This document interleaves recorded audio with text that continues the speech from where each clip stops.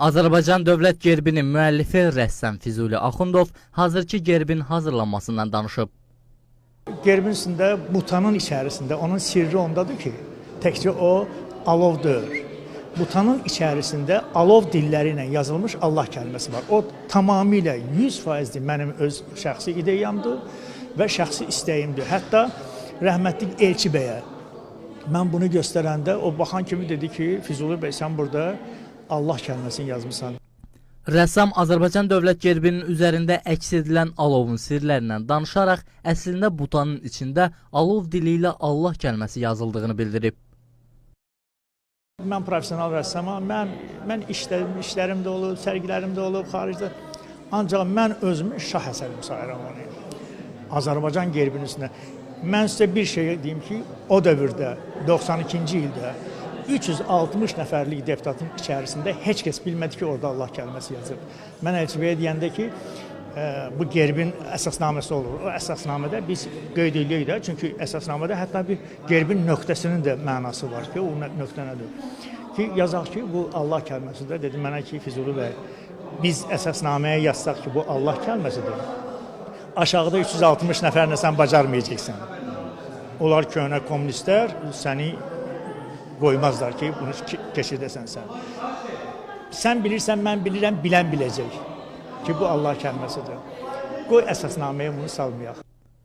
Onu da qeyd edək ki, Füzuli Axundov gerb hazırlandığı vaxtlarda onun üzərində Allah kəlməsi yazıldığını heç kəsin bilmədiyini deyir. Azərbaycan dövlət gerbinin ilk eskizini isə Gürcüstanlı rəssam Şerşavidze tərəfindən hazırlandığını bildirib. Xanlar Metyev, Oktay Quliyev, İntaraz.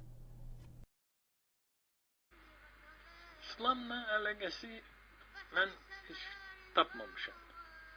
Axtarıb tapmamışam, amma mən eləmişəm hər şey ki, bu İslam olsun. Çünki mən deyim də, bu alov, onların gerbin üstündə xalq cəbhəsi gətirib, bu gerbi gətirib. Hardansə gətirib. 60-90-a belə formatda gətiriblər Milli Məclisə. Bunu istəyirdilər, təsdiq eləsinlər.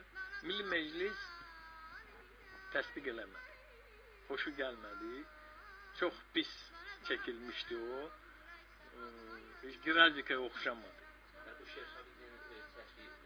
Şerşavidin çəkdi. Güya, mən bilmirəm. Kim çəkib? Deyirli ki, bu Şirvaşidze çəkib. Amma o çox pis vəziyyətdə idi. Milli Məclis də qəbul eləmədi. Ondan sonra gəliblər mənim yanıma. Niyə mənim yanıma? Çünki ondan qabaq elan eləyiblər konkurs. Gerb barədə. O konkursu 3 dəfə mən qabağa düşmüşəm. Mənim gerbim qabağa düşüb. Ona görə gəliblər mənə deyiblər ki, sən çək. Buna da oxşatsın. Belə də olsun ki, qəbul eləsinlər. Mən də götürdüm, elədim. Orada problem vardı Giraldika ilə bağlı problem nə idi? Əsas problem Giraldika ilə bağlı əsas problem odur ki, alov süpürgə kimi çəkilib. Sonra alov müsəlmanın düşmənidir. Ataşpərəst kimi. Ona görə bizim gerbin üstündə alov olmamalıdır. Mən çox fikirləşmişəm. Sonra belə fikrə gəldim ki, bu alovu çəkim Allah sözü kimi. Allah sözü kimi yazmışam, amma o alov kimi olub. Belə də gerbdə qalıb.